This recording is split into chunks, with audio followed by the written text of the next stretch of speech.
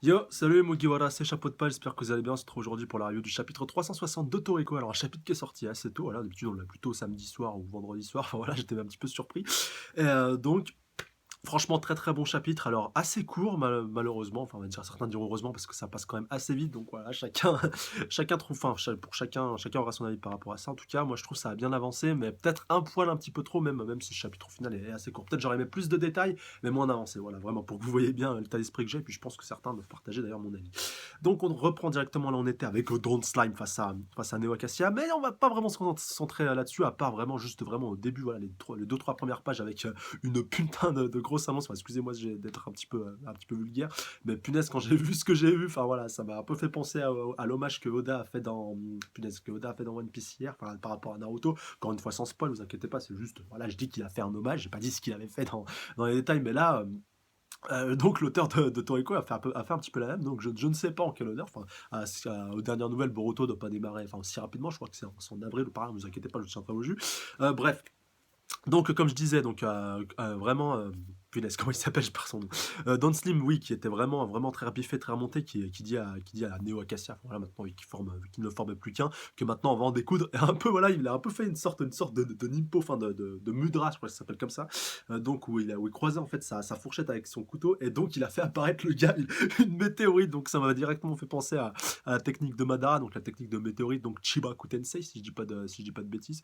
Non, Chibaku Tensei, c'est la naissance de l'astre divin. Enfin bref, non, c'est la technique qui permet de créer une météorite, pas la technique qui fait venir des météorites. Enfin bref, il a fait venir une météorite complètement what the fuck, donc ça m'a directement fait penser à Naruto. Et franchement, si c'était un hommage, bah, c'est super bien fait. Puis ça montre un petit peu l'ampleur du combat, et je trouve que c'est parfaitement bien amené, même si certains vont encore gueuler, vont trouver, enfin pas gueuler, mais certains vont trouver que c'était peut-être un petit peu too much, enfin encore un petit peu dans le gigantisme, mais voilà, on est dans Toriko, tout est ouf, tout est énorme, tout est monstrueux, enfin voilà, que ce soit par rapport à des rapports d'espace-temps comme ce qui s'est passé avec le monde des esprits et le monde des âmes, enfin tout ce qui s'est passé par exemple sur Blue Grill, où ça s'est étendu sur je sais pas combien d'années. Enfin voilà, là on est dans un monde où tout est gigantesque, où si vous voulez, toutes les normes et on va dire tout ce qui est rationnel dans notre monde est totalement irrationnel dans le leur. Donc voilà, soyez pas étonnés de voir des trucs péter un peu à gauche à droite. Enfin, pour l'instant, pour moi, c'est plausible. Et ça suit, voilà, ça va dans la continuité, si vous voulez, de l'univers que l'auteur a su créer. Voilà, c'est vraiment mon avis par rapport à ça. J'aimerais bien voir le vôtre. Donc n'hésitez pas à me laisser votre avis par rapport à ça dans les commentaires. Oui, il y a du chapitre aussi dans la description pour ceux qui ne l'auraient pas lu ou ceux qui voudraient le relire éventuellement. Enfin voilà.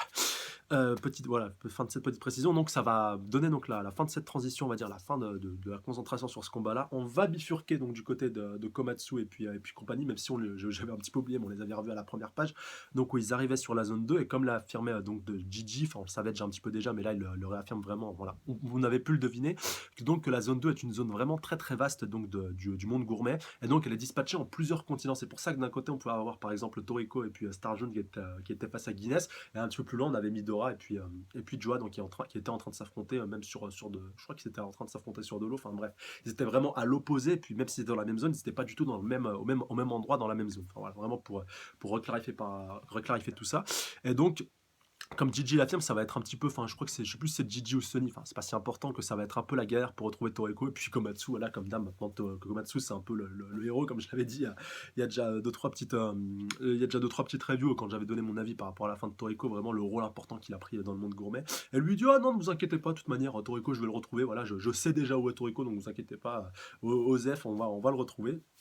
Et donc voilà, pour un petit peu faire la transition, donc on passe le passage avec Dan Slim et puis face à Neo Acacia, on revient du côté de Toriko, donc qui est avec Starjun. Donc Guinness s'est barré, donc ils ont vu la météorite en fait exploser au loin, et donc ça a bien permis de faire la transition donc avec la zone 2, donc pour prouver quand même que la météorite c'était pas de la petite météorite, que même depuis une zone un petit peu étrangère, bon, même si elles sont collées, si elles sont voisines, on peut quand même voir une météorite qui se passe dans une zone un petit peu à côté. Enfin, ça prouve quand même la taille de la chose. Ah donc Starjun qui affirme, punaise, enfin voilà, ça a pété à côté, enfin ça craint, même Guinness s'est barré, qu'est-ce qu'on doit faire? Et Komatsu lui dit, n'est-ce pas Komatsu, Toriko lui dit, j'ai senti une odeur vraiment très particulière, très très forte et très apaisante, donc on bouge pas d'ici. Et voilà, il faut que je trouve la source de cette, on va dire, de la source de cette odeur, vraiment de cette odeur qui est vraiment très parfumée, qui sent vraiment très très bon. Et donc il est vraiment apaisé, serein et calme. Il a qu'une envie, voilà, c'est de mettre la main sur cette odeur. Voilà, ce qui est un peu le don de perturber Starjun, parce que Starjun, malgré tout, il reste quand même assez rationnel. Il lui dit: punaise, mais voilà, c'est en train de péter un peu dans tous les côtés. Il va bientôt y avoir l'éclipse gourmet. Enfin voilà, faut se bouger là, ça craint du boudin. Et Donc Toriko vraiment impassible et apaisé, et qui c'est qui se pointe donc juste peu de temps après?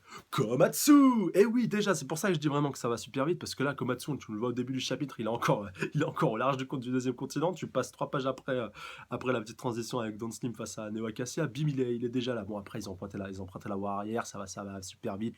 Les rapports par rapport à l'espace-temps donc, sont un petit peu déréglés, donc voilà, ça peut, on va dire, ça peut passer. Pour moi, ça passe. Perso, je m'en fous. Et j'avais vraiment envie de voir j'avais vraiment envie de, enfin, je m'en fous, je me comprends. J'avais vraiment envie de voir ces retrouvailles et voilà, de pas encore attendre 40 ans avant qu'ils se retrouvent. Enfin, ça faisait déjà beaucoup trop longtemps, et puis maintenant, on va plutôt se concentrer sur des choses un peu plus, on va dire, un peu plus importantes que des retrouvailles, et vraiment rentrer dans le vif du sujet, même si dans la fin de ce chapitre va vraiment se concentrer du coup sur leurs retrouvailles, donc sur, ça fait beaucoup de temps et tout qui se sont passés. Donc Toriko lui dit: «Oh, ça fait que 3 semaines qu'on s'est pas vu», alors que bien entendu pour Komatsu, avec tout ce qui s'est passé à Blue Kill, ça fait plus, je sais pas combien d'années, enfin il le mentionne dans le chapitre, encore une fois les puristes me reprendront dans les commentaires, enfin, ou je le mettrai moi-même, on verra. Mais voilà, que quand même Komatsu, pour lui, ça fait beaucoup, beaucoup plus longtemps qu'il a pas vu Toriko. Et voilà, le retrouvailles était vraiment très touchant. Enfin, là, on les voit du tout comme Toriko, Komatsu et tout, vraiment en train de pleurer avec des têtes pas possibles. Mais voilà, c'était vraiment touchant, et j'ai beaucoup aimé ces retrouvailles qui, je pense, du coup, seront les dernières. Enfin voilà, maintenant, ils vont rester ensemble jusqu'à la fin. Et en tout cas, bah, voilà, c'était des très très belles retrouvailles. Donc un petit peu après, ils vont continuer un petit peu à échanger, même Zebra et les autres. Un petit peu changé avec Starjun et tout. Enfin voilà, maintenant je crois qu'il y a donc Gigi, les quatre rois, donc voilà, je vais pas tous les reciter, citer punaise, Sonic, Coco et puis Zebra, et Aimaru, donc le boss des chevaliers gourmets. Donc ça fait pas énormément de monde, mais ça permet un petit peu de clarifier tout ça, parce que si tous les chefs s'étaient pointés dans la zone 1, je ne laisse même pas imaginer le bordel que c'est. Et puis bon, voilà, ils ont le meilleur chef avec eux, donc pour l'instant, on va dire que tout est en bonne disposition pour que tout se termine bien, et pour que la cuisson de God soit très très bien amenée. Même si le fait d'avoir certains assistants aurait pu être utile, mais bon, voilà, certains membres de 4 rois, notamment Coco et puis même Sony, voilà, peuvent apporter leur contribution lors de cuisson de certains aliments. Donc par la suite, Starjun va demander à Toriko, mais en fait c'était l'odeur de Komatsu qui t'avait un peu perturbé comme ça, que tu avais senti depuis tout ce temps, et en fait non, c'était tout simplement les ingrédients, enfin tout, je crois qu'il y en a 4 si mes souvenirs sont bons, 4 ou 5, donc les ingrédients que Komatsu et puis tous les autres avaient récupérés dans les zones précédentes. Donc c'est cette odeur-là, bien entendu, que Toriko avait senti. On peut le comprendre, voilà, surtout quand on a 5 aliments comme ça qui sont vraiment condensés, même si il voyage avec une voie arrière, donc ça faisait une sorte de filtre, et donc peut-être que l'odeur n'était pas aussi perceptible, en tout cas pour Starjun. Mais bon, vu que Toriko a un odorat surdéveloppé, c'est pas du tout étonnant. Et puis voilà, au final, il est super content, et il est impatient de goûter ça. Chose qu'ils vont faire, donc encore une fois, chose qui m'a assez surprise. Je pensais qu'ils auraient donc qu'ils auraient réuni tous les ingrédients, on va dire, vers la fin, un petit peu avant d'affronter donc Neo Acacia. Et puis, et puis Joa, enfin même si Joa, et puis le Nitros, on va dire voilà on va dire tout le gratin des ennemis qui sont encore en état de combattre, mais surtout Neo Acacia qui est vraiment, je pense, l'antagoniste final de Toriko. Mais bon, je pensais qu'ils auraient réuni voilà toutes les denrées, enfin on va dire tous les ingrédients du menu complet, qu'ils les auraient bouffés, puis qu'après ils seraient partis au fight, alors qu'il n'en est rien. Ils vont plutôt commencer à déguster ce qu'ils ont déjà, et puis récupéreront God en temps voulu, quand la cuisson de la terre aura atteint son paroxysme, et puis donc qu'il y aura l'éclipse gourmet. Donc ils vont décider de faire un petit break, et donc Gigi va décider donc de dresser encore une fois la petite voie arrière, histoire de faire passer le temps un petit peu plus vite dans la voie arrière, mais voilà, au niveau du monde réel, ça leur laisse un petit laps de temps. Donc voilà, pour qu'ils puissent voilà, profiter de tous ces mets, puis donc faire développer encore une fois leur cellule gourmet avec la dégustation de tous ces ingrédients. Et même si, je sais pas si je l'ai déjà dit, Zebra avait déjà goûté News, il avait déjà tapé un croc dedans, enfin voilà, le mec un peu sans forcer, surtout qu'ils n'avaient même pas été cuisinés. Mais bon, voilà, en tout cas, tous vont pouvoir profiter de tous ces mets, sauf Gigi, je crois, mais je crois de toute façon que les Nitros, eux, ils sont une manière différente de se nourrir. Encore une fois, les puristes me corrigeront dans les commentaires, mais bon, en tout cas, c'est lui, il est occupé à maintenir donc la voie arrière autour de notre petit groupe, qui va pouvoir donc déguster ces différents mets. Et donc le chapitre se termine là-dessus, juste sauf qu'il se passe une dernière petite chose. Voilà, le monde commence un petit peu à s'assombrir, donc voilà, tout l'éclipse gourmet va très certainement arriver, on va dire, incessamment sous peu. Sauf qu'il y a une lumière, voilà, qui brille, on va dire, au milieu de ces ténèbres, et au milieu de cette obscurité. Et donc cette lumière qui frappe donc littéralement le groupe de nos héros qui sont en train de se restaurer. Et donc Gigi déclare qu'ils sont le dernier espoir de l'humanité, donc pour pouvoir empêcher voilà, la catastrophe, et puis donc l'explosion de la Terre, comme ça avait pu se passer avec d'autres planètes, avec Néo. Enfin, en tout cas, on a déjà vu ça un paquet de fois. Enfin, pas seulement avec Néo, mais en partie. Et voilà, en tout cas, un très très bon chapitre. Hâte de voir donc ce qui va se passer dans les prochains. Donc l'auteur nous annonce que les fights vont vraiment éclater dans les prochains chapitres. Donc on en a déjà 3 qui sont, on va dire, qui sont en cours. Donc le combat de Jiro, le combat de Midora, et puis le combat donc de Don Slim. Donc en tout cas, j'ai hâte de voir peut-être qu'on va switcher un petit peu entre les 3 que les 3 vont se terminer à peu près en même temps ou qu'on va se concentrer sur un et qu'on va switcher après sur un autre. Enfin, voilà, ou peut-être qu'on va les faire progressivement, ça reste à voir.